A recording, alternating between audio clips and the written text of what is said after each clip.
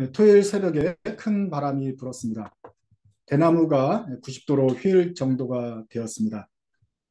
그 다음 날은 정말 참 조용한 날이었지만 나가 보니까 바닥에 이파리와 부러진 나뭇가지가 쭉 깔렸던 것을 보았습니다. 우리 사람의 눈으로 바람을 볼 수 없습니다.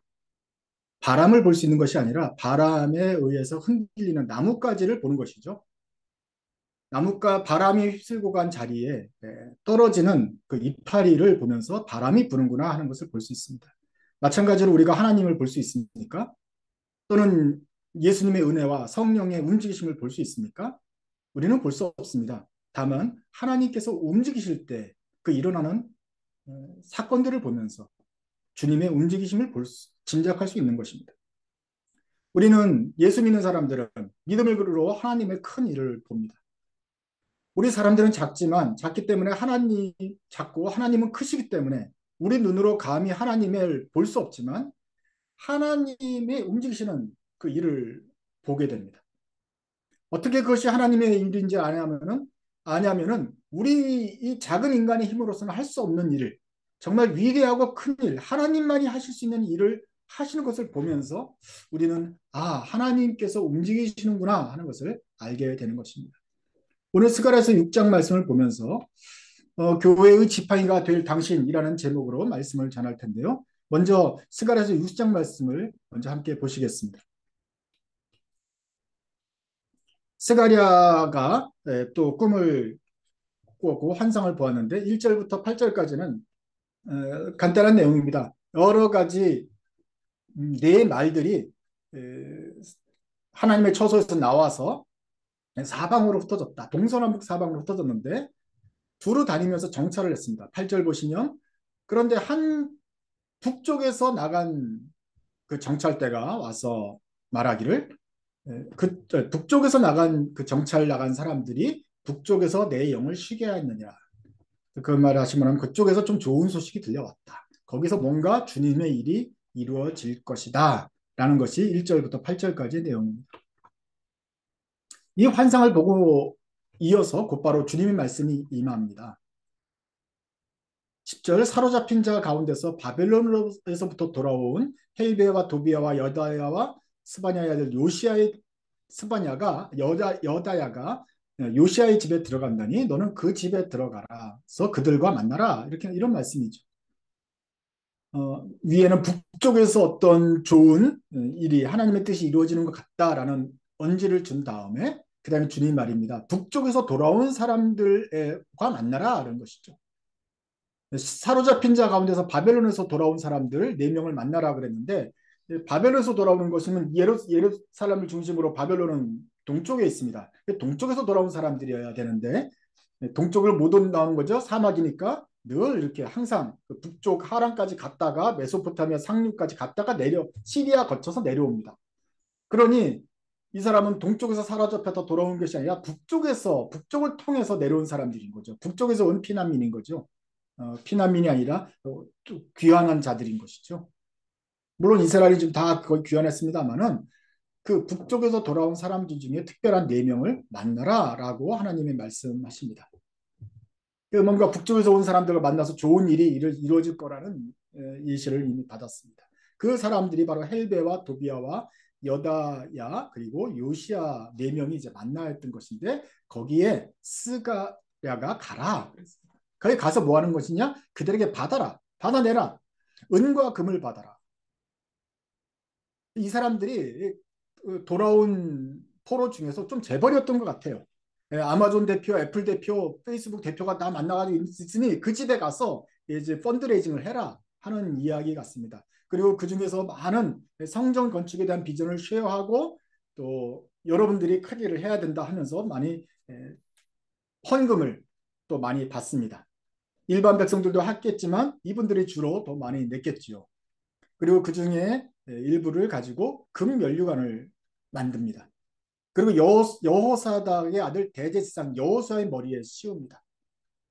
그리고 대제사장의 머리에 씌우면서 대제사장이 앞으로 일하고 섬길 성전을 건축하는 그런 상징으로 쓰게 되는 것이죠.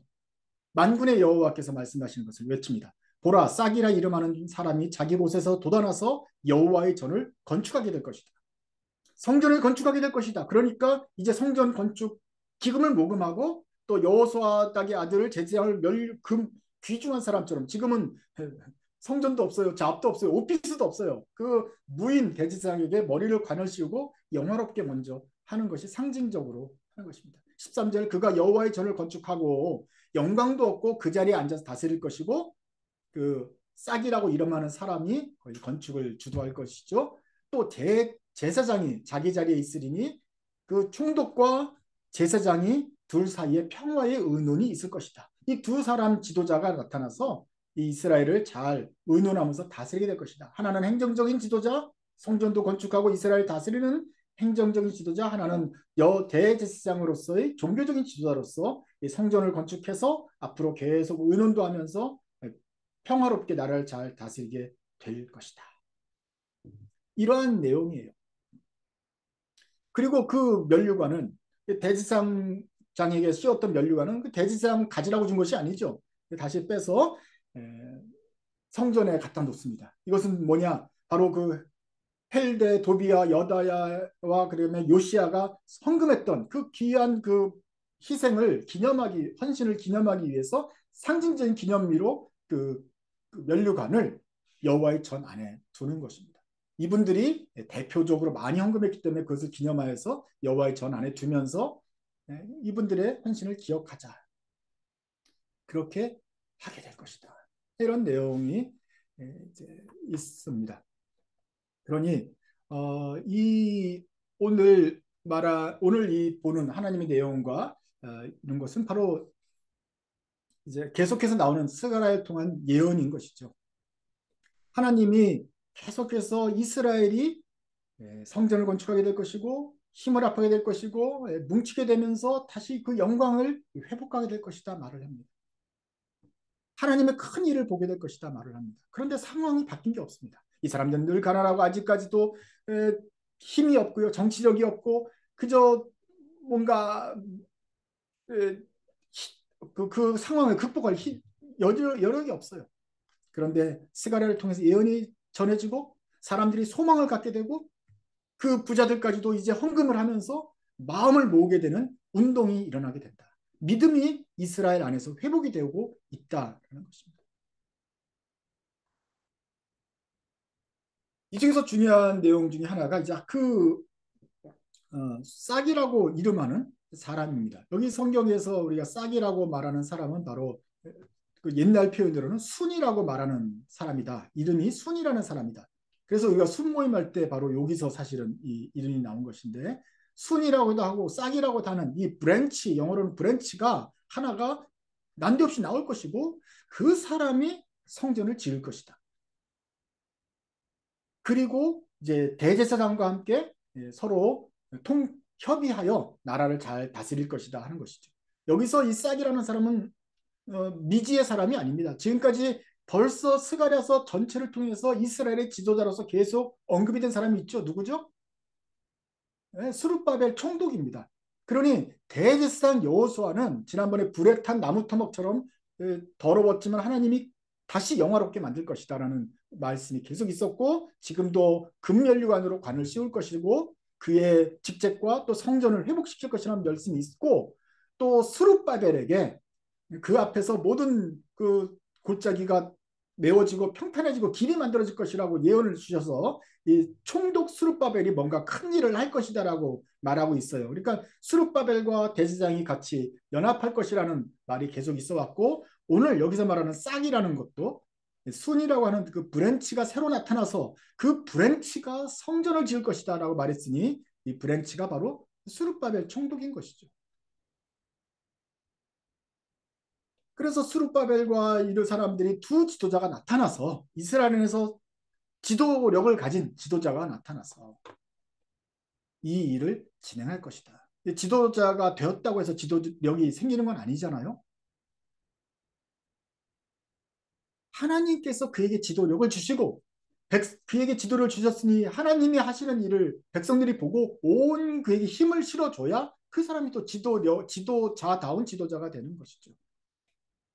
그런데 이 초라하고 이제 귀향한 피난민들 이스라엘 사이에서 그 지도력을 가진 지도자가 둘이 솟아오르게 된다. 대제사장 여호와도 관을 씌우는 영화로운 지도자가 될 것이고, 또 갑자기 난데없이 순처럼 도단한, 싹처럼 도단한 이 총독이 행정력을, 지도력을 발휘해서 이스라엘의 리더가 되어, 진정한 리더가 되어서 이스라엘을 잘 다스리게 될 것이다. 그래서 당시에 있는 여호수아 제사장과 총독 스룹바벨을 중심으로 이스라엘이 뭉치게 될 것이다라는 예언을 하는 것입니다. 이게 왜 하나님의 큰 일인가? 이게 왜 기적인가? 이스라엘은 이미지는 그루터기거든요. 잘려나간 그루터기예요. 아니, 나라가 망해서 잘려갔다가 그래서 포로 갔다가 이제 겨우 왔는데 남은 것은 잘린 밑둥밖에 없어요. 나무는 죽은 것 같아요. 이끼가 덮여 있어요. 성전을 지을 형편도 안 돼요. 그 70년 동안 성전 다시 짓자 그러고 왔는데 마법이 당장 힘이 없으니 성전도 못 짓고 있어요. 이건 완전히 유대인도 아니, 유대교도 이제 아닌 거예요. 나라도 아닌 거예요. 그 죽은 것 같은 나라가 된 거예요. 마치 이제 썩어가는 그 밑둥 그루터기 같은 그런 모습인 거예요. 그런데 이스라엘이 잘려나갈 것이라는 예언도 있었지만 늘 있었던 예언은 그 잘려나간 그루터기로부터 다시 순이 돋아날 것이라는 예언이 늘 있어 왔지 않습니까? 죽은 것 같은 나무에 다시 생명이 돋는다. 주님께서 원하신다면 죽은 나무에서도 다시 생명이 날아난다. 이것이 부활의 능력 아니겠습니까?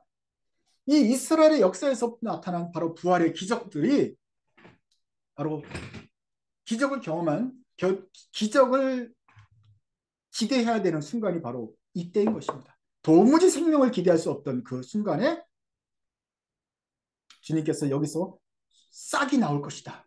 다시 예언을 합니다. 그리고 그 브랜치가 난데없이 나와서 성전을 지을 것이다. 너네 힘으로는 예산으로는 도무지 지을 수가 없는데 갑자기 지도자가 나타나서 지을 것이다. 이런 예언을 하는 것이죠. 그래서 이 싹과 가지, 사실은 두 번역, 싹이라고도 하고 영어로는 브랜치라고 되는데 둘 다 마땅하지 않은 번역입니다. 왜냐하면 이것이 우리에게는 익숙하지 않기 때문에 그렇습니다. 그럼 나무로 보면은 이스라엘에는 올리브 나무가 있는데 거기서 나타나는 그 싹이라고 하고 브랜치라고 하는 것이 두 종류가 있습니다. 첫째로는 막대기입니다. 목자들이 뭐 지팡이와 막대기를 가지고 가잖아요. 근데 막대기라는 것은 어, 이렇게 때리는 무기 같은 막대기입니다. 둥그렇고 무기가 좀 될 만한 무게가 있는 그런 잘 부러지지 않는 좀 아픈 것이죠. 막대기로 때립니다. 목자들이 가져가는 막대기는 그야말로 나무 줄기에서 이렇게 옆으로 뻗어나온 가지를 말합니다. 이 가지를 올리브 나무에서 나온 이 나무를 잘라가지고 쓰면은 이거는 주용한 무기처럼 때리면 아픈 막대기가 됩니다. 그래서 올리브 나무, 뭐 이스라엘의 흔한 나무가 올리브니까 그 올리브 줄기에서 나온 나무를 자르면 그야말로 브랜치를 잘라가면 그건 막대기가 되고 이제 공격 무기가 되고 하여간 물리치고 염소들, 양들을 이제 때리는 뭐 어떤 늑대를 물리치는 그런 용도가 되죠. 반면에 지팡이는 무엇입니까? 지팡이는 말 그대로 짚고 다니는 것입니다. 짚고 다니는 것이에요. 짚고 다니는 막대기는 그 위에는 멋있을지 몰라도 밑에는 반듯해야 되지 않나요? 그래야 짚기가 편하지요. 그래서 반듯한 것들을 짚고 다니는데 이 가지들은 이렇게 휘어 있으니까 지팡이가 아니죠. 이거는 이제 휘어 있는 브랜치들은 막대기 용도로 쓰는 거고 때리는 용도로 쓰는 거고 지팡이는 언제 쓰느냐? 어디서 얻느냐? 여러분 뿌리를 보면은 뿌리에서 나오는 줄기들이 있습니다. 뿌리가 땅에 덮여 있는데 원 줄기 말고 옆에서 갑자기 쭉 삐죽삐죽 올라오는 그런 가지들을 보신 적이 있을 것입니다. 이것들이 그 안에서 이제 줄기가 가만히 놔두면 줄기가 되는 거니까 보통 가지치기를 다 해버리죠. 잘라버리고 나면 얘네들은 반듯한 나무가 나옵니다. 지팡이하게 좋아요. 그래서 이걸 짚고 다니는 것입니다. 이거는 지팡이입니다. 그래서 뿌리에서 나오는 뿌리가지 이것들은 지팡이고 에, 가지에서 자른 가지치기한 것들은 때리는 막대기다고 이렇게 구분을 한다고 합니다. 그런데 여기서 지금 오늘 말하는 것은 바로 뿌리에서 나오는 싹을 말하는 것이죠. 이미 가지가 없어요. 이 그루터기는 잘렸으니까. 그런데 갑자기 죽은 것 같은 뿌리에서 땅속에서 갑자기 뭔가 삐죽하고 나오는 것입니다. 그 순이라고 말하면 너무 연약하고 싹도 아니고 브랜치라고 한다면 이 옆에서 나오는 거니까 말이 안 되는데 하여간 뿌리에서 나오는 뿌리줄기 지팡이가 갑자기 쑥 올라와서 죽었던 것 같은 그루터기를 다시 살리게 된다. 이 지팡이로 짚는 이 반듯하고 고든 이 나무가 죽었던 나무에서 다시 살아나게 된다. 싹처럼 요만큼 나오는 게 아니라 그냥 길쭉하게 나와서 지팡이 나무가 형성이 된다. 사람들이 다 죽은 것 같아서 뿌리를 밟고 지나가는데 그 뿌리가 살아있어서 거기서 생명이 나오게 된다. 이 지팡이 같이 나온 싹, 이 지팡이처럼 솟아난 순이 성전을 건축하게 될 것이다. 지금 볼 때는 아무런 지도력도 없고, 지금 볼 때는 아무런 인재도 없는 것 같은데, 힘도 없는 것 같은데, 갑자기 하늘에서 솟아난, 하늘에서 떨어진 것처럼, 땅에서 솟아난 것처럼 하나님의 사람이 솟아나와서 주님의 일을 하게 될 것이다. 이런 예언입니다. 이런 비전을 받고 또 사람들이 이 비전에 동참을 하고 헌신을 하여서 이제 성전 건축 기금이 마련이 되고 사람들이 또 지도자들이 생기고 유력한 사람들이 돈을 헌신하는 걸 보면서 온 이스라엘이 성전 건축에 힘을 모으게 될 것이죠. 갑자기 이스라엘에 죽었던 이스라엘의 생기가 돌기 시작하는 것입니다. 사람의 힘으로 아무리 광고하고 홍보해도 되지 않았던 일들이 하나님의 크신 일이 이제 일어나기 시작한 것입니다. 그래서 우리는 기적이라고 봅니다. 왜냐하면 그 십수년 동안 에스라를 중심으로 성전 건축하자 했는데도 여러 가지 정치력으로 뭐 상황 때문에 다 막히고 다들 포기 상태에 있었던 상황이에요. 도무지 우리 힘으로는 할 수가 없다 그런 상황인데 분위기가 전환되어서 하나님의 때 하나님의 성전 건축 운동이 활발하게 일어나기 시작했습니다. 이것이 주님의 큰 일이 아니고 무엇이겠습니까?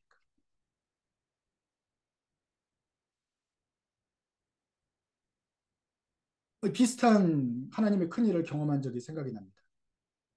한 30년 전쯤에 저도 젊은 사람이었습니다. 그래서 청년부에 있었습니다. 한국에서 지금 영존에 있었는데 그때 우리 교회는 영존이 없었습니다. 그래서 저를 중심으로 해서 저부터 시작해서 이제 몇 명이 모여서 청년부를 모였습니다. 그래서 우리 아내도 그때 동참을 해서 대여섯 명이 열심히 성경 공부하고 기도하고 그렇게 모였습니다. 그 기도하고 열심히 하고 훈련하면 또 더 막 숫자가 늘어날 것 같잖아요. 그렇지도 않더라고요. 열심히 하고 성경 공부도 했는데 그렇게 숫자는 그렇게 갑자기 부응하지는 않았습니다. 그러다가 이제 후배들이 이제 중고등부에서 올라온 후배들이 대학생도 되고 그렇게 해서 한 10명 정도가 겨우 늘었을 때 신났습니다. 맨날 5명 안짝으로 모이다가 10명이 넘으니까 좋았죠. 이제 10명이 돼가지고 이제 막 좋아질라 그럴 때쯤 그동안 오랫동안 함께 오셨던 우리 목사님이 미국으로 유학을 떠나셨습니다. 그러니 그 목사님이 떠나시고 난 다음에 이제 막 잘해보려는 사람들이 모여서 있는데 그 빈자리에 목사님이 새로 오셨는데 어, 자격이 없는 사람이 오셨습니다. 그러니까, 그러니까 목사가 아닌 사람이 목사의 타이틀을 받아가지고 그렇게 오셨습니다. 제가 그때 그 대학교 졸업반 정도 되었는데 그 설교를 듣는데 말도 안 되는 설교를 들으면서 정말 힘들었습니다. 내가 해도 저거보다 잘하겠다. 뭐 그런 거죠. 어떻게 저런 분이 목사가 됐을까? 그래서 우리 고학년들이 다 같이 속으로 기도하고 참 정말 속상했는데 그렇게 해서 3개월을 기도했습니다. 근데 도무지 안 되겠더라고요. 이러다가 뭐 말도 안 되는 안 되겠더라고. 그래서 이걸 담임 목사님이 몰라요. 모르시니까 내가 알려야겠다. 그 내가 가서 목사님, 저 목사님 잘라주세요라고 건의해야겠다라고 했습니다. 사실은 그 목사님에 대해서 나쁜 말 하는 게 좀 쉽지 않잖아요. 그래서 기도하고 기도하다가 참다 못해서 3개월이 지났을 때 내가 도무지 이때는 안 되겠다. 내가 십자가를 져야지 하고서 이제 작심하고 갔습니다. 갔더니 안 계세요. 그래서 지금 사무하시는 간사님한테 물어봤더니 그날 그 우리 청년 목사님이 사표를 쓰고 나갔대요. 보통 목사님들이 사표 쓰기 전에 한번 1개월, 2, 3개월 전에 뭐 노티스 주고 이렇게 하는 거 아닙니까? 그냥 나갔대요. 잘렸는지 나갔는지 하긴 그랬대요. 그 소리를 듣는 순간 제가 하나님께 너무 감사했습니다. 기도응답이다. 내가 말하기 전에 주님께서 이미 잘라내셨구나. 할렐루야. 너무 감사했습니다. 여러분도 같은 그 감사를 느끼시죠? 그 다음에 이제 어, 그 빈자리를 다시 이제 배정받아서 담임 우리 청년부를 맡으신 분이 있었는데 그분은 이제 지휘자 분이 오셨습니다. 뭐 다른 새로 뽑을 분이 없으니 갑자기 이제 바뀌셨으니까 있던 지휘자 선생님이 이제 오셨는데 더 힘들었습니다. 이분은 청년부 목사님도 전도사님도 아니고 지휘자였잖아요. 성경도 몰라요. 그러니까 그분은 말도 안 되는 설교를 했었는데 그래서 답답했는데 이분은 새로 오신 분은 설교도 안 해요. 설교도 못 해요. 청년부가 어떤 것인지 성경 공부를 해본 적도 없는 분이 청년부 담당이 되었어요. 그러니까 여우가 나가니까 호랑이가 오는 뭐 이런 기분이었어요. 그래서 그분을 도와서 어쨌거나 이렇게 하려고 그러는데 안 되겠어요. 그래서 석 달을 또 참았습니다. 한 달, 두 달, 석 달을 참고 참다가 도저히 안 되겠다. 다시 진짜 목사님을 만나야겠다. 이렇게 하면 안 됩니다. 이렇게 하면 안 됩니다라고 이 담임 목사님 찾아가야지 상황을 설명드려야겠다고 말을 해야 됩니다. 그래서 두 번째로 제가 사실은 저희 윗사람, 저희 목사님 지도 담당하시는 분을 잘라달라고 이렇게 말해야 되는 그런 상황이 되었습니다. 굳게 마음 먹고 또 정말 제 안에 어떤 그런 간사한 마음이나 죄나 이런 게 없는지 확인도 하고 뭐 점검하고 기도하고 회개하고 그리고 이제 마음 먹고 교회를 갔죠. 교회를 갔는데 또 안 계세요. 간사님이 말하네요. 오늘 사표 쓰고 나갔다. 제가 목회하면서도 이렇게 하루아침에 이렇게 사표 쓰고 나가는 그런 일이 교회에 거의 없습니다. 그런데 지난 3개월 동안, 3개월 또 이번 6개월 그 만에 이 두 명이나 이렇게 당일 날 사표를 쓰고 나간다는 거죠. 제가 그냥 도무지 안 되겠다. 오늘은 내가 말해야겠다 하는 그날에 사표를 쓰고 나갔다고 하는 것입니다. 하나님의 기적이 아니고서는 설명할 수 없습니다. 주님께서 하셨다. 우리에게 이렇게 6개월 동안이나 정말 말씀으로 양육받지 못하고 그래서 그냥 우리 선배들이냐 후배들 겨우 가르치는 식으로 연명을 하는 그런 상황 속에서 기적이 일어났다. 이제 그런 상황이 되니 이제 담임 목사님께서는 그냥 너네 청년부에서 알아서 해라. 너네들 제일 나이 많은 애가 김범수고 또 김혜숙이니까 너네 둘이 청년부 간사가 되어가지고 자체적으로 모임해라. 뭐 이렇게 되었습니다. 우리끼리 하니까 얼마나 쉽고 편하고 재밌는지 몰라요. 성경 공부하고 예배 드리고 더 제자 훈련하고 그러니까 더 잘 돼요. 왜냐하면 6개월 동안 얼마나 우리 청년들이 너무나 힘든 시간을 함께 보내지 않았습니까? 우리 후배들도 귀가 있고 눈이 있는데 저게 설교인지 저분이 도대체 자격이 있는 것인지 잘 모르고 뭐 그런 상황 속에서 다시 우리끼리 말씀을 보고 예배를 드리니 다 좋았죠. 그러나 한편으로 위기감을 느꼈습니다. 이때는 우리가 기도해야 될 때구나. 우리 이래서는 우리 지금 기도할 때 이렇게 기도를 해야지 이걸 극복할 수 있구나라고 하면서 이제 기도하자. 기도할 사람은 모여서 기도하자 이렇게 광고를 했습니다. 주일날 아침에 와서 우리가 중고등부도 하고 주일학교 봉사도 선생님도 하고 그다음에 예배도 드리고 성가대도 하고 그리고 점심 먹고 나서 이제 청년부 기도 모임을 하자 그러면 다들 피곤할 상황인데 그래서 몇 명만 모여서 뜨겁게 같이 교회에서 기도하자, 한 청년부를 위해서 기도하자 그랬는데, 아이고, 청년부 애들이 다 모였어요. 다 같이 위기감을 느꼈는지 몰라요. 다 같이 기도하고 싶었을 거예요. 그랬는지 다 모였어요. 그래서 청년부가 토요일 날 모임을 따로 모이는데 이날을 주일날 기도 모임 때 다 모였으니 청년 모임이 다시 주일날 또 모이게 된 거나 마찬가지예요. 그래서 다 모여서 다 같이 기도했습니다. 교회를 위해서 서로를 위해서 같이 기도하게 되었습니다. 여러분 기도하자 그러면 누가 잘 합니까? 특별히 후배들이 기도하 뭐 딴 데 뭐 재밌는 거 하자 그러면 모이지만 기도해서 갈 때 모이지 않잖아요. 그런데 기도하자 그러는데 다 모였어요. 이걸 보면서 야 이거 정말 하나님이 하신 거구나 생각이 들었고 그렇게 할 때 우리가 하나님이 일하신 것을 보았습니다. 청년부에 성령의 바람이 불었습니다. 너나 할 것 없이 다 교회에 와서 성경 공부하고 기도하기를 즐겼습니다. 갑자기 성경을 공부하고 막 모이기를 즐기고 예배 시간을 사모하게 되었어요. 그러니 이 사람들은 아침부터 8시부터 와가지고 교회 준비하고 중고등부, 유초등부 일하고 성가대하고 주일 예배 드리고 점심 먹고 나서 기도회를 가집니다. 그러니까 하루 종일 교회에서 사는 거나 마찬가지예요. 주일날에. 누가 시키지 않았습니다. 그냥 마음의 열정이 생겼는데 나도 그렇고 너도 그렇고 우리 모두가 다 같이 불이 붙었어요.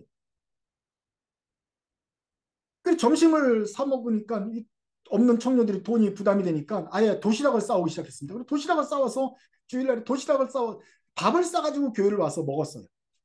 그러니까 더 같이 먹으니까 더 맛있잖아요. 그래서 먹으니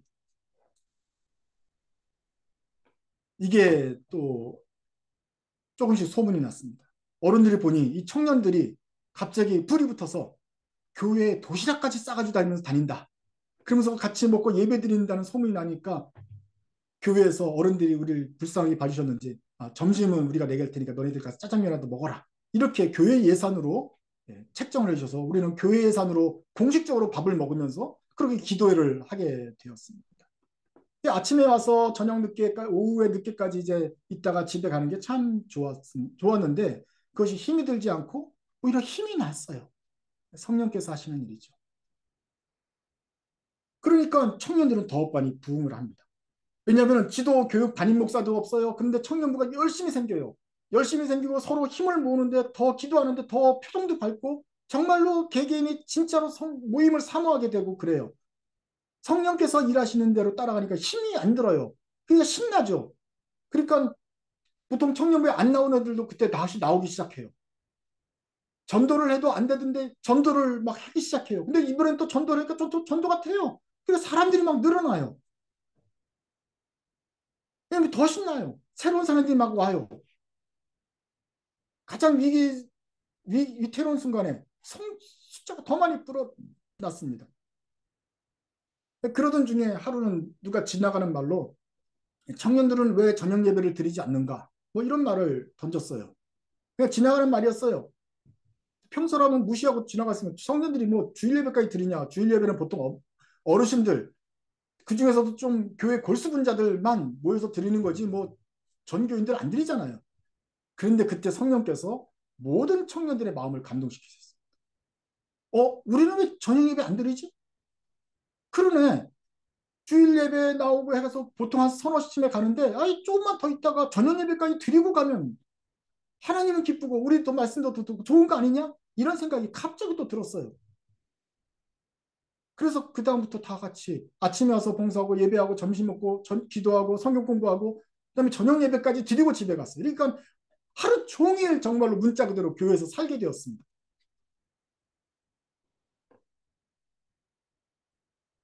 원래 우리 아침 예배는 뭐 한 100명 정도 모여도 저녁에는 한 20명밖에 안 모이잖아요. 근데 청년들이 저녁 예배 30명이 참석합니다. 그러니까 저녁 예배에 갑자기 청년들이 30명 참석하고 어른들보다 더 많은 숫자가 참여하니 그러니까 목사님도 어리둥절하고 성도들도 막 힘이 얻었어요. 5년 전에는 우리 교회 청년부라는 게 없었습니다. 그러니까 사실 잘 모르던 어른들 보기에는 갑자기 청년들 30명이 하늘에서 뚝 떨어진 것처럼 보일 것입니다. 이게 있는지 없는지 신경들 안 썼는데 갑자기 청년부 30명이 주일 예배까지 참석하면서 막 왁사부 쭉 웅성웅성하니 이게 갑자기 어디서 솟아났는가 놀랐을 것입니다. 그 다음에 어렸을 때부터 본 뭐 교회 자기네 자녀들뿐만 아니라 막 새로운 청년들이 막 와서 합류해서 같이 열심을 내니까 이게 깜짝 놀랄 만한 일이죠.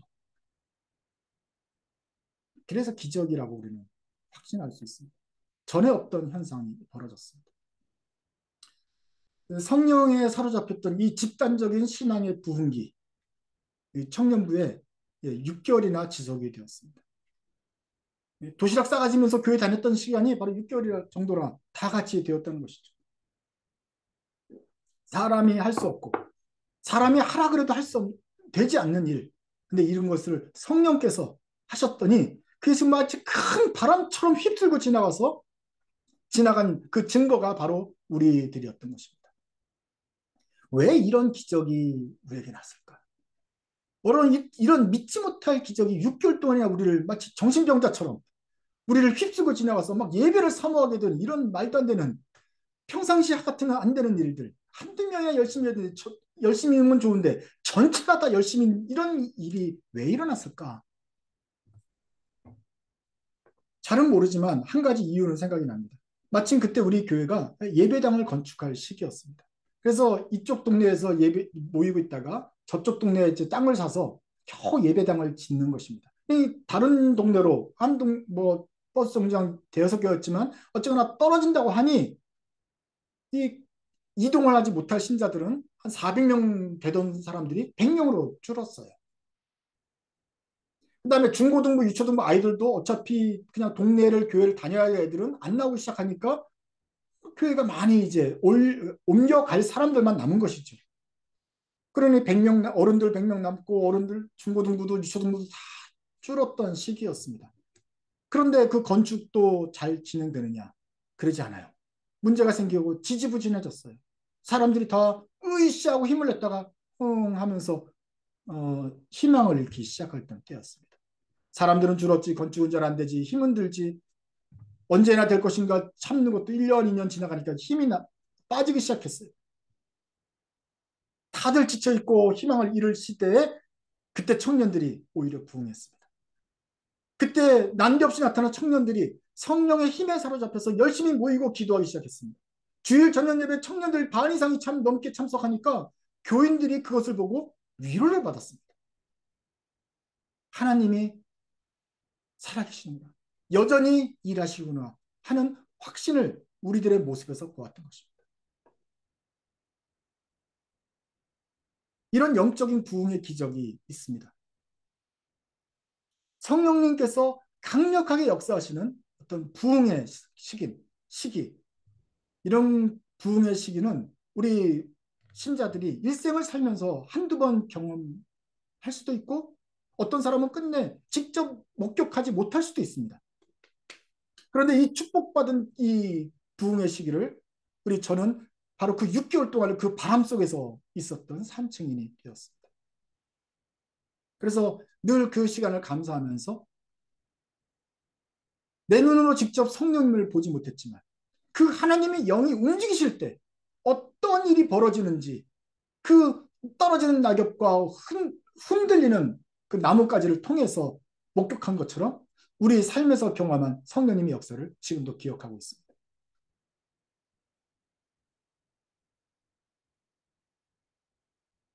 시애틀에 있는 교회에서도 어려움이 있었죠. 교인들이 들고 나는 교체가 있었고 또 남은 사람들은 서운하기도 하고 섭섭하기도 하고 위태롭기도 하던 시간이 있었습니다. 우리에게도 어려운 시기가 있었습니다. 하나님께서 과연 살아계신지, 우리를 위한 어떤 계획이 있는지 궁금하던 시기였습니다. 질문을 던지던 시기였습니다. 그리고 저마다 다들 하나님께 물었던 것을 기억합니다. 근데 그때 우리 젊은 아이들 영존에서 기도가 시작되었습니다. 이웃을 위해서 시간과 은사를 우리가 드려보자 하는 생각이 나왔습니다. 그리고 그 자녀들이 언제 이렇게 컸는지 다 그러자고 동의를 했다고 합니다. 어른들이 그저 뒤에서 지켜보면 보고 있었지만 기대가 있었습니다. 하나님이 하신다면 그 일을 이루실 것이다 라는 기대가 있었습니다. 우리가 직접 할 힘은 없지만 과연 하나님께서 이 일을 과연 시작하실까 하고 지켜보고 있었습니다. 그런데 그때 죽은 땅에서 솟아나는 나무 지팡이처럼 지도자가 나오고 지도력이 생기고 자녀들이 기도하고 뭉쳐서 함께 움직이기 시작했습니다. 그런데 그 모습을 보는 것이 마치 바람에 따라 움직이는 그 휘는 나뭇가지처럼 그렇게 움직였습니다. 자기 힘으로 움직이는 것이 아니라 바람에 의해서 움직이는 것처럼 보였습니다. 4시간을 들여서 토요일 날 아침에 일찍 일어나서 더 이웃을 섬기고 열정을 들이자는 일에 우리 젊은 친구들이 열심을 내기 시작했습니다. 미친 거 아닙니까? 더 자고 TV 자고 뭐 게임하고 이래야 되는 사람들이 갑자기 나타나가지고 열심으로 기도하고 수학 공부하고 가르치고 남들을 돕자는 일에 열심히 생겼는데 다 같이 생겨왔어요. 토요일 날 아침마다 와서 수학 가르치고 평일에 준비돼야 되고 막 빡세게 시키는데 다 같이 참여한다 그래요. 이 사람들이 기쁨으로 참여하니까 옆에 있는 친구들도 야, 뭔 일 있나 보다. 우리도 참여하겠다. 다 같이 모이기 시작했습니다. 미친 것이죠. 누가 시켜서 했다면 됐겠습니까? 어떤 이런 프로젝트를 기획하자 해서 예산을 투입하고 사람을 투입하면 되는 일입니까? 하나님이 영이 시작하셨어요. 성령께서 사람들의 마음을 모으게 하시고 성령님께서 움직이셔서 적합한 시점에 또 상처있고 필요한 영혼들과 만나게 하셨고 섬기게 하셨습니다. 그 일에 우리를 사용하셨다. 이런 영전의 증상이 우리 코비드 때문에 우리가 못하게 되었지만 그때까지 한 1, 2년 가까이 지속된 것이 아닙니까? 우리가 보지 않았습니까? 성령의 능력, 강하고 급한 바람 같은 그 성령의 역사가 휩쓸고 지나갔습니다.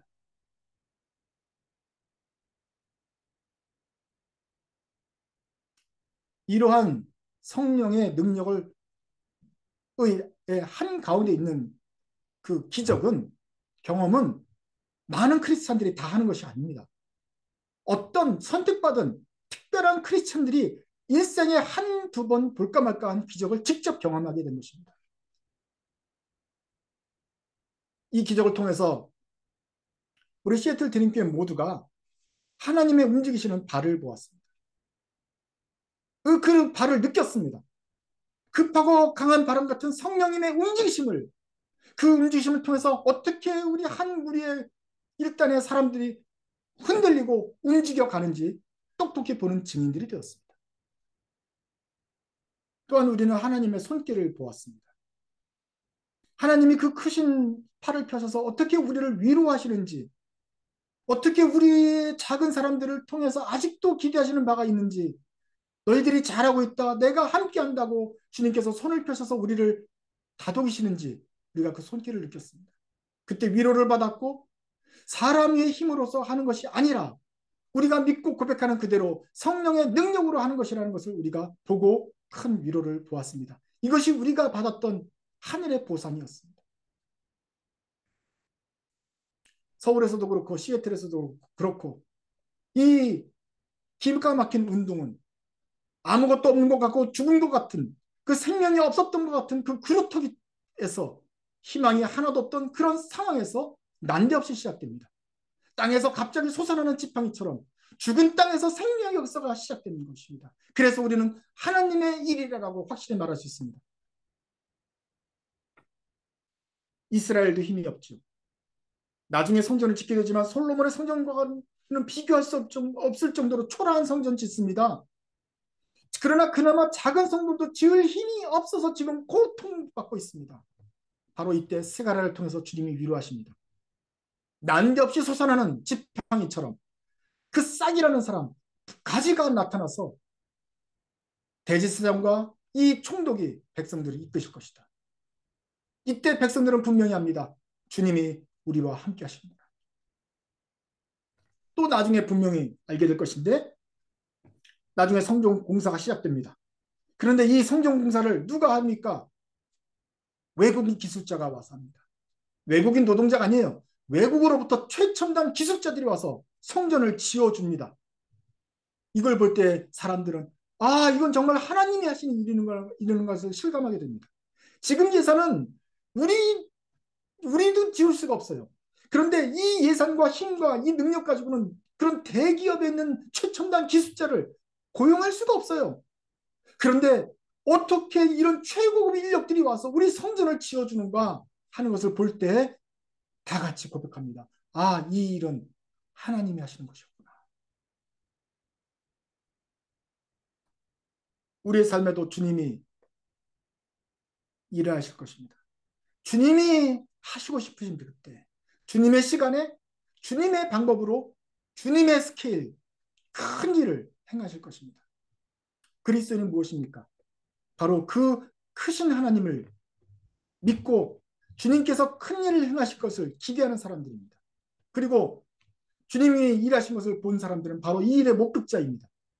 한번 주님의 큰 일을 목격한 사람은, 그 성령의 능력을 경험한 사람은 다시 한번 어떠한 상황에서라도 주님께서 큰 일을 행하실 것을 기대하는 것입니다.